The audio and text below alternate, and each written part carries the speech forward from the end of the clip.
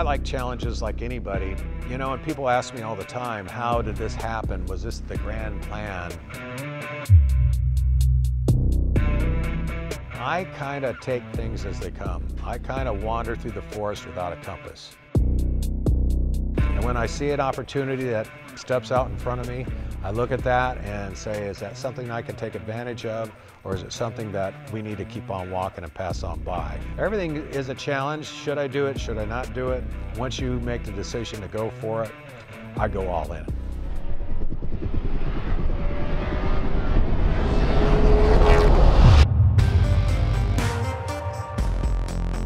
Having Ken as a team owner has probably been one of the most enjoyable experiences I've had in racing in a really long time. He's got so much passion, so much drive, so much energy that it's just, you can't help but kind of absorb it all.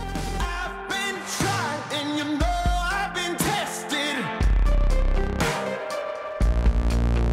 but I won't back down, no, I'll never surrender.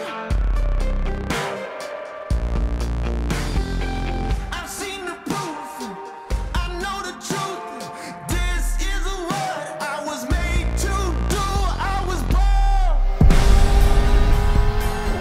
for this. So he's a really good leader, role model, just a great guy to be around, and he's put together, I mean, one of the best teams out here for sure. I love what he does for the sport, for the series, and I love what he does for his drivers, and like how he also doesn't just put himself kind of as a, you know, I'm going to be the team owner here. He puts himself in the car and he gets out there, so he's experiencing what we're experiencing, and he's never stopping to develop his own speed. So he has that mindset that we all share. He's doing it right. He's a racer. He's been around racing. He started when he was a kid racing, you know, go-karts and other things, and got out of it. His business took off, got out of it to provide for his children, provide for his wife, and grew a nice business that now that he's a little bit older, he can kind of step away from and go have some fun.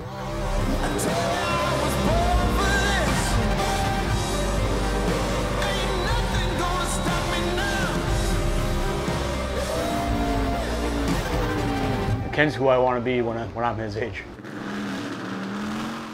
TA, XGT, SGT, and GT cars. First lap out, you'll see waving greens at all stations for flag identification.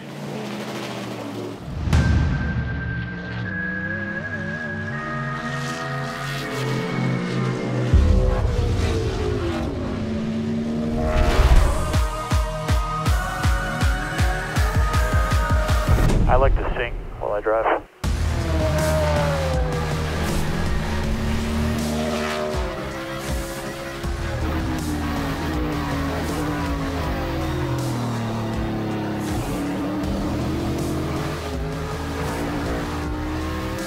A lot of great drivers came out of Trans Am. It was American muscle car, and it still is. It's still, you know, 900 horsepower, you know, fire-breathing beast that you try to control. It's a little dartier. I don't know if you adjust the toe. It seems a little bit dartier than I remember from the test, but nothing bad.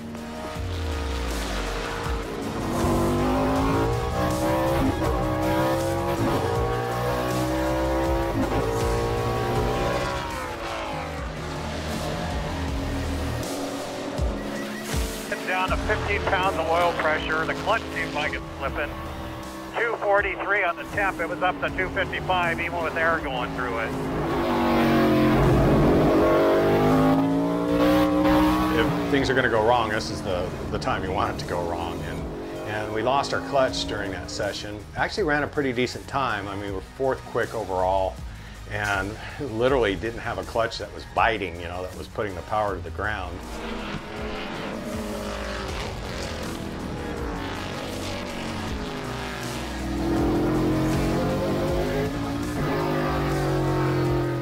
Yeah, Paul had a problem with the right rear, I guess a braking issue, so they're on that and they're going to fix that, and at least we're finding out about it now instead of finding out about it in the middle of qualifying. Grid, 1 minute grid. We're going to get the full 35 minutes. I ran some Trans Am races in the early 2000s, right kind of when the series was at its decline, it started its decline. And it was competitive back then. We had, you know, Boris Said, Butch Leitzinger, Stu Hayner, you know, Tommy Drees, who was still racing then, or he was starting racing then. So I've raced with some really great guys in the Trans Am series. And it's always been a series that I enjoyed, and it was 20 years ago. It was the last Trans Am race I really did, a full weekend, and I loved it. And I'm, you know, for 20 years I've been wanting to get back into it, and Ken gave me the opportunity to. Car's pretty good. I'm going to run a couple laps and kind of see where the balance goes. 2016. He's in front of you with a 2015.89. Amy's ahead of him with a 2015.58. And then Boris with a 2 flat.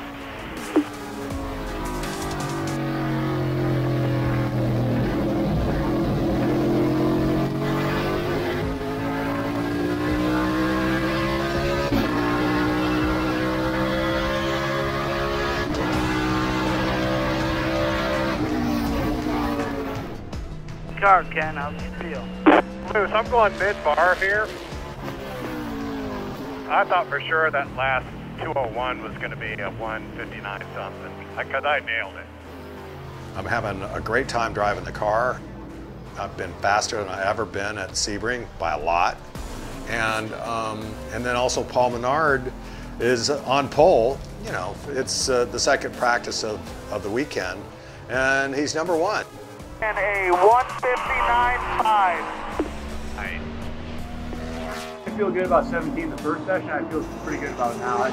I killed Wally there. Like on exit, he kind of pinched it too soon. I pinched it later. I just got a hell of a run off. That gives me incredible satisfaction seeing that we built a car just like the one I'm driving, and it's capable of being out front and being faster than everybody else. Well, you don't really strap into a race car unless you have a shot at winning, and Ken provides that shot.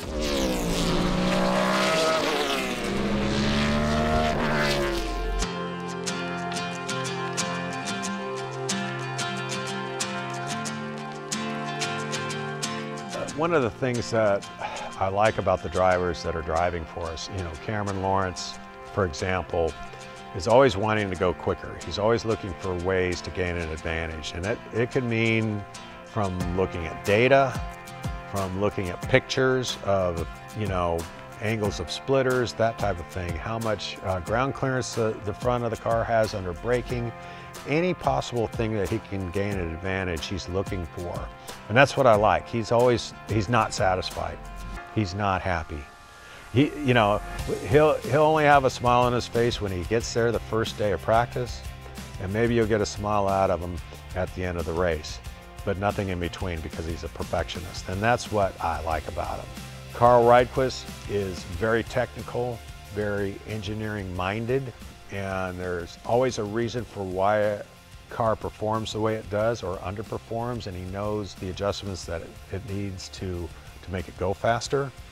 And we aim to give him the tool that he's looking for to go faster and run up front.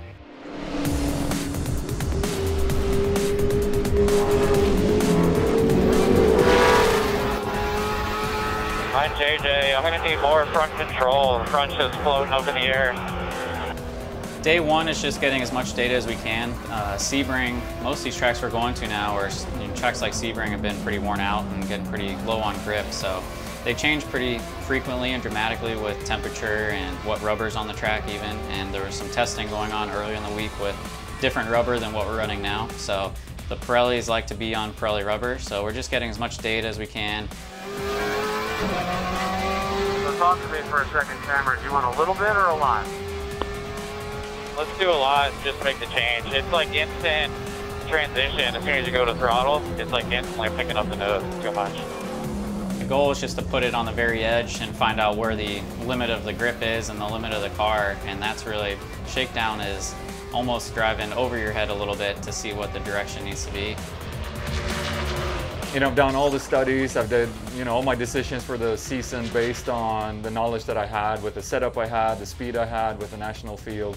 And then coming here, I can see in the data immediately a couple of differences, you know, when we're testing between Cameron and myself, and I've been working on those, and picked up the speed in certain areas. You know, starting to lose the rear end a lot, like after I turn in mid-speed or whatever high-speed corners, like the rear wants to walk away. I step back off and I went up into the grass. And even excelled in some areas, which makes me feel great. But then when the car is not there and you can't get it to stick, you can't get it to bite, and it doesn't do anything, you know, we're fine-tuning and fine-tuning and fine-tuning. Well, does it feel more like the back or the front? Like, I mean, I know the front, you said before, would feel like it loaded up real good, but then the car would get loose. Is that still what it's doing? A brand new car, and it's running really well, flawless, no issues. My Cope Racing, Cope is a nice running car. I think once I start turning up the pressure a little bit, I think we want to make some adjustments on the setup, but that's what you do when you get to the racetrack. And no, it's a great start. Now it's time to dial it in. It's our first official practice today, and the thing about practice is the how you finish in practice determines the order that you qualify in.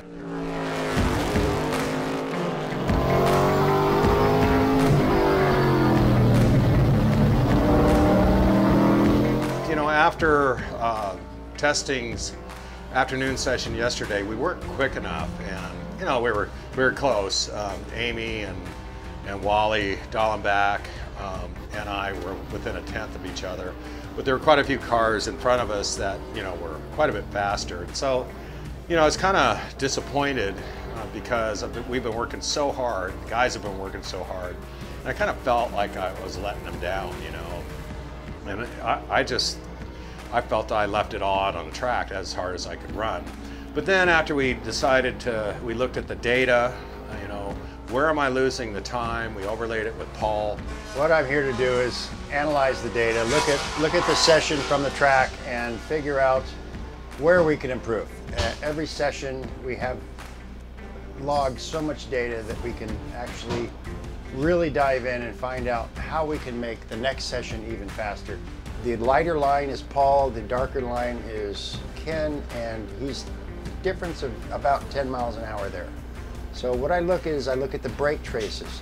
So what Ken was doing and how we advised him to roll this corner a little faster was use a little less brake and carry more speed through the corner. If you look at the brake traces here, you can see where Paul was putting only about 500 pounds of brake pressure, but Ken was nearly 700 pounds of brake pressure. As a result, he's overslowing the car, and it's harder to drive back out of that corner from a 10-mile-an-hour deficit. Paul is just able to drive away. I just know what I have to do. The problem is, you got to go do it. Now Ken, you can see on the back straightaway, Ken stayed in the throttle much longer than Paul, but as a result ended up overslowing the car, trying to get it stopped to negotiate that corner. And again, he's off 5-6 miles an hour as he comes onto the front straightaway. It's funny, I don't have to tell them I'm right. The computer doesn't lie. So it's so easy to see once you're recording everything, logging everything, looking at everything, analyzing everything. You don't have to persuade the driver that, you know, what you're doing it can be improved if you try this. I don't have to suggest it. The data shows it. If we can win a championship, if we stand on the podium every race, we can win a championship. Mm-hmm. That's the goal.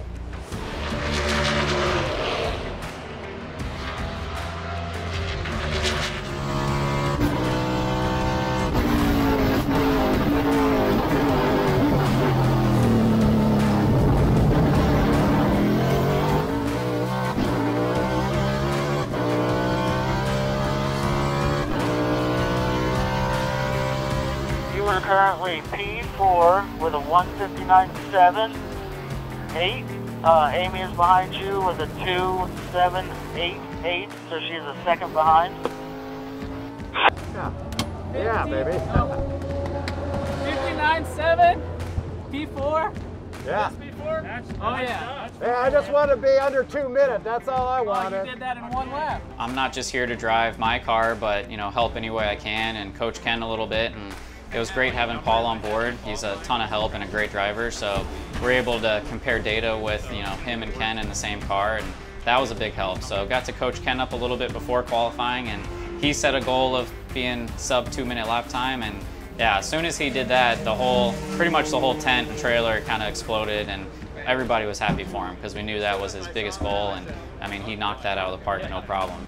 I really wanted to qualify under the 2-minute mark, which is really fast around Sebring. It's up there with the very top, sedans of the world. Great lap, man. Awesome. Great lap. Yeah.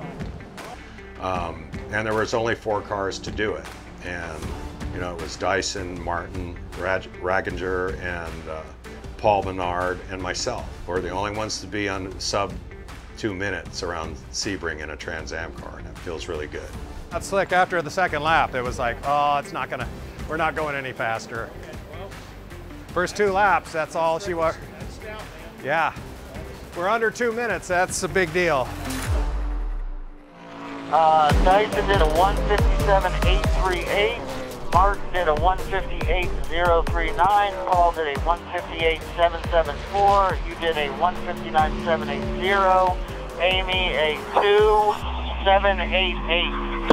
One of the things that I really am coming into this season is I want to win, and I want to win right now. And that's one of the reasons why we've got the drivers driving for us. I wanted to take driving capacity out of the equation, not hoping that we do well. I'm going to take proven winners and put them in our cars and give them the equipment that they need to win. What's more of an issue, the bouncing or the loose? We've got enough experience between myself driving and JJ and everybody else at Ken Tired and everybody here at Showtime that we're pretty confident with our changes. More the loose to me, but I mean, we're just now making contact with the track. We're bouncing so much. I'm all about big changes to make big progress, so we're not about just making little gains at a time. I want to take big chunks out of everybody in front of us. Pressures were at 25, so it wasn't too bad, too far off. Yeah, they felt pretty low to start. It took a little bit to get them up to pressures. What were the tire pressures like? Right around high 24s to low 25s. That said, I'm comfortable with the car. I can drive it around there, but my goal is not to make laps. My goal is to be way up there and competing. Yeah, the rear end actually keeps bottoming out. It's pretty normal places. It's like I'm hitting the floor in the back. See the track bar mount on the left rear. Yeah. Yeah, not the floor. I mean, the car's hitting the ground in the back. And it lost some side bind. We're doing a big change now. Logically, I know it can only get better. But a bit of that logic and emotion are separated right now, and that's the reason for my expression being a little bit unusual. I'm normally very tethered and feel connected with everything. And there's always a reason for why a car performs the way it does or underperforms, and he knows the adjustments that it needs to make it go faster. And we aim to give him the tool that he's looking for to go faster and run up front. We haven't really raced since the first weekend of November, and so it's been 3 months. Even though we tested down in Sebring, a few weeks ago, the anticipation is huge. We roll out at 52, 12:52, so we're rolling. So about 15 minutes. Yeah. There's the fan walk. They line up all the cars on pit row, according to your grid position. It was really cool to see the Franklin Road cars locking out the second row of the grid, side by side. It just really made me proud as a team owner, and of course as a driver, but, we're running right up front. So, first race in, we're warming up for the race, and we're scrubbing our tires in side by side, and all of a sudden I see Paul, he's off in the grass, and All went off. And then I drive by, I'm like, what happened to Paul? Yeah, so we're just doing pace laps. Motor ran fine. We had to work on the carburetor last night. Did a what do you call it, a hardship lap this morning, ran fine, no problem. We fixed the issue. There was a ground, I guess, that fell off, the whole entire car ground, so I got no power to the fuel pump to make the engine loud. So So that happened when I was trying to warm up the tires, warm up the brakes. I was trying to spin the tires, I hit the gas hard, spun it, and then the motor just died.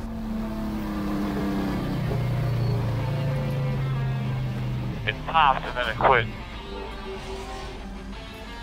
Switch to the other pump. Yeah, I'm trying. Done that, done the box. I reset the master power. And then it's like, okay, now what do I do? So what do I do? Do I take his spot or what? Focus on your race, Ken. Focus. So I'm in fourth and there's an empty slot there. Do I take the slot? Or anyway, there's just a little confusion. Come on, man. What am I doing? 4, Ken. Stay in the 4 hole. You play all these scenarios out in your head of what you're going to do. And all my scenarios were played out as I'm going to be out on the outside. So all those moves in my head I had in my back pocket were outside moves. Well, now Paul's gone and I've got the whole inside open to me. Well, I'm not letting Amy up in there because she's such a good starter. She's burned me I don't know how many times at the start of these races because she's so good. So immediately, you know, I glued myself to Martin's bumper at the start. Green, green, green, green, green. And when it was green, I was on him. I was not going to have another bad start. We were firing off right away, and then once you know we got going, and I saw them get on the brakes, I dove for the inside, blocked the inside, and had you know, a pretty good run. Boris was able to get by me going into 7, and where the heck Boris came from, he was starting in the back. By 5 turns, he was in 3rd place. I mean, where'd he come from? I love fast corners and getting the car work aero-wise so that you get the most performance out of your aerodynamics of the car, as well as the mechanical grip in the slower type corners. You know, it's just a big challenge for these cars. So these races are an hour and 15 minutes long. They're a 100-mile sprint race. So you just can't show up and get in and drive and wipe your brow and walk away. You've got to work out. That last 20 minutes of these races in a hot Trans Am car really tests, you know, your mettle out there, and that's what I like about it. It's a sprint race. It's flat out for an hour and 15 minutes. Just be easy with Ken. He's P3 right now. Good job, Paul. Paul and Am. They got it sorted out in the pits, and he was able to get back into the race, albeit, you know, 2-3 laps down. I'm just gonna go wring this thing's neck for the next hour and just see how, so I can learn. I mean, I'm learning the whole time how hard I can push the tires, how hard I can push the brakes, how hard I can push, you know, the transmission and all that stuff, and just see, you know, what it'll do in the long run, because that's just what I don't know. You're the fastest car out there, a little over a second. So that's my goal, you know. And then you got Chris, who checked out to a big lead, and I'm sure he was taking it easy, you know, pacing himself, but still running hard, and we were 3 seconds faster than him at the end. So it's kind of woulda, coulda, shoulda.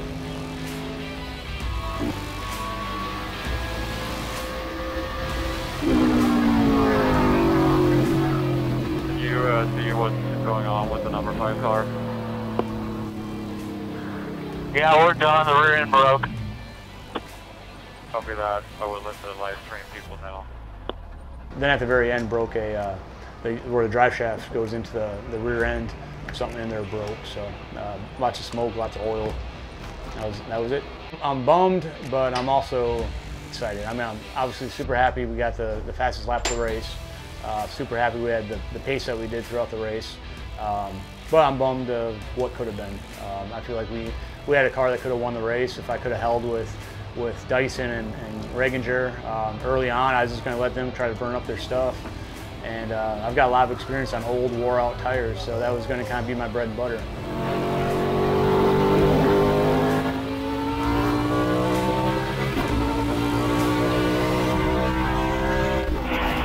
That's the end of the race, right? Good job, Ken. Good job.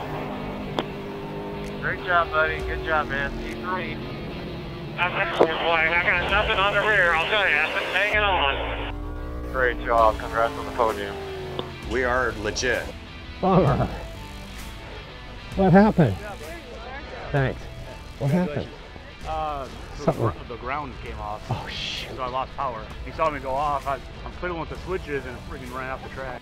Oh man, it was brutal, to say the least. I don't even know why I'm talking up here, let alone passing out. But you know, it was a great race. We qualified well, and I wanted to try and maintain, but Wally made sure that didn't happen any longer. And I was just towards halfway. I had nothing left but for tires. You know, we were just hanging on the whole way. And so hey, I'll take a third place any day of the week. Podium, baby, yes. Yeah, I mean, I'm originally from Windermere, Florida. That's in Orlando. So I've spent most of my road racing career here, spent a ton of time at Sebring. So for me, coming over the bridge is really kind of my comfort zone and a place that I've grown up a bit doing this. So it is exciting seeing that victory circle that they've added there, and they've made it a big deal because it used to be down on pit lane, which was kind of cool too, but it makes a statement. You drive over, you see it right there. Big podium celebrations there, and I've been on that podium before, so yeah, it definitely reminds you, you know, as soon as you drive in the track, the good times and sometimes the bad, but definitely gives you some extra drive to get the job done on that weekend. Are you outside, inside? Outside. That's better. It is? Yeah, everybody kind of breaks at the bridge, right? Because that's their normal thing. Go around the outside and keep going. I mean, the goal coming into the weekend was to be very, very solidly in top 10 and chasing a top 5 finish. You know, I've been trying to moderate that a little bit, knowing that I'm at Sebring, which is new for me. If we were at any of the tracks that I already know, I would be very confident in that. So for Sebring, I've given myself the allowance of saying, you know, the top 10 will be a good start of the season. I'm striking from 25th today, so that's a bit of cars to run through, and it won't be hard for me to pass 15 cars if the speed comes into the car. Like, then I have no problems doing that. I never get stuck and like hang, you know, behind someone. I'll get right through. Me nervous? I'm never nervous. Going green, next time by, let's begin to pack up and pair up. Pack up and pair up as you come across the start and finish line. You ready? You ready? Green, green, green.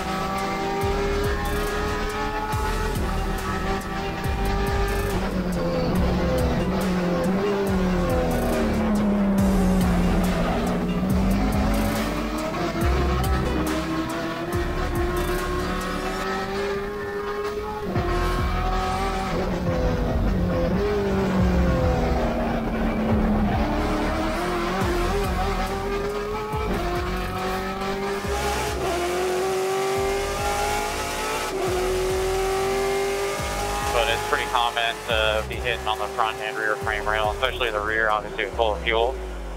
And the front's just too light right now. Like I can't make it through, especially through the medium high-speed stuff with all the weight in the back. It's just too light. Even actually the hair coming in the hairpin now. The hairpin's the same way. I can't get the thing to go. Because if we could fire off good, I mean, if there's this many cars at all these races, it's going to be a mess like this. If we could fire off a little bit better, even with full to medium fuel, that way we can hang on at the end. But I'm just, I'm all out right now, just kind of waiting on it. And we're still a little loose off on throttle, so we got all that weight in the back just doing a lot of things.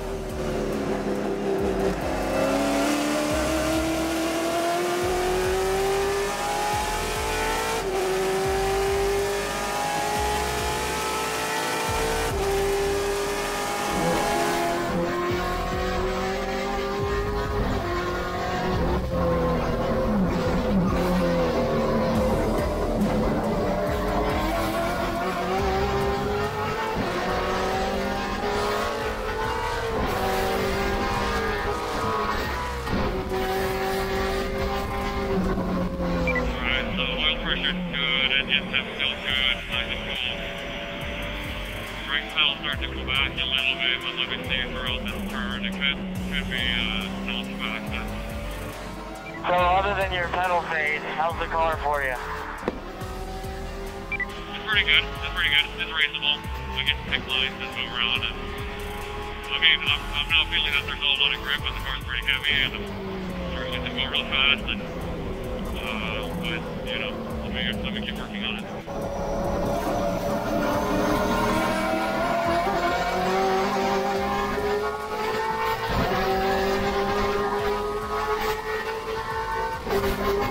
We had a great qualifying actually that let us start the race in P5, which was pretty much the goal all weekend, was to kind of stay around and inside the top 5. So the start went really well.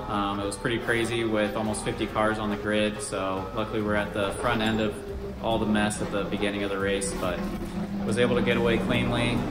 Fell back, I think, a position or two early at the start with some really strong cars and clawed our way back inside the top 5 pretty quickly. And had a lot of cautions to deal with, which almost helped us out. The car was really good on the short runs. Definitely helped us a bit to have a few restarts. We struggled a little bit with the long run and kind of burning off the rear tires, but dealt really good with some restarts, made up a couple spots, would lose a little bit when the green flag runs came out and stayed out. But like I said, with a few good restarts towards the end of the race, I think we found ourselves close to 7th or 8th place, but had a few good jumps on the green, made up some spots late in the race before the red flag, and actually ended up with a really solid top 5 finish in P4. Started 5th. There's a lot of mayhem going on out there. He served that. He survived all that. We're missing a door, but they make more doors. I'll take 4th place today. And Carl finished 12th after starting 27th, so heck of a drive from him. Battled and battled, and so we're extremely happy with the result. Yeah, we're in the A+ territory as far as our grade for this weekend. So crew went and busted their butt all weekend. We did a great job, and we got great results. So we got a 3rd, a 4th, and a 12th. And, you know, a fast car that wasn't able to finish the race. So overall, pretty good.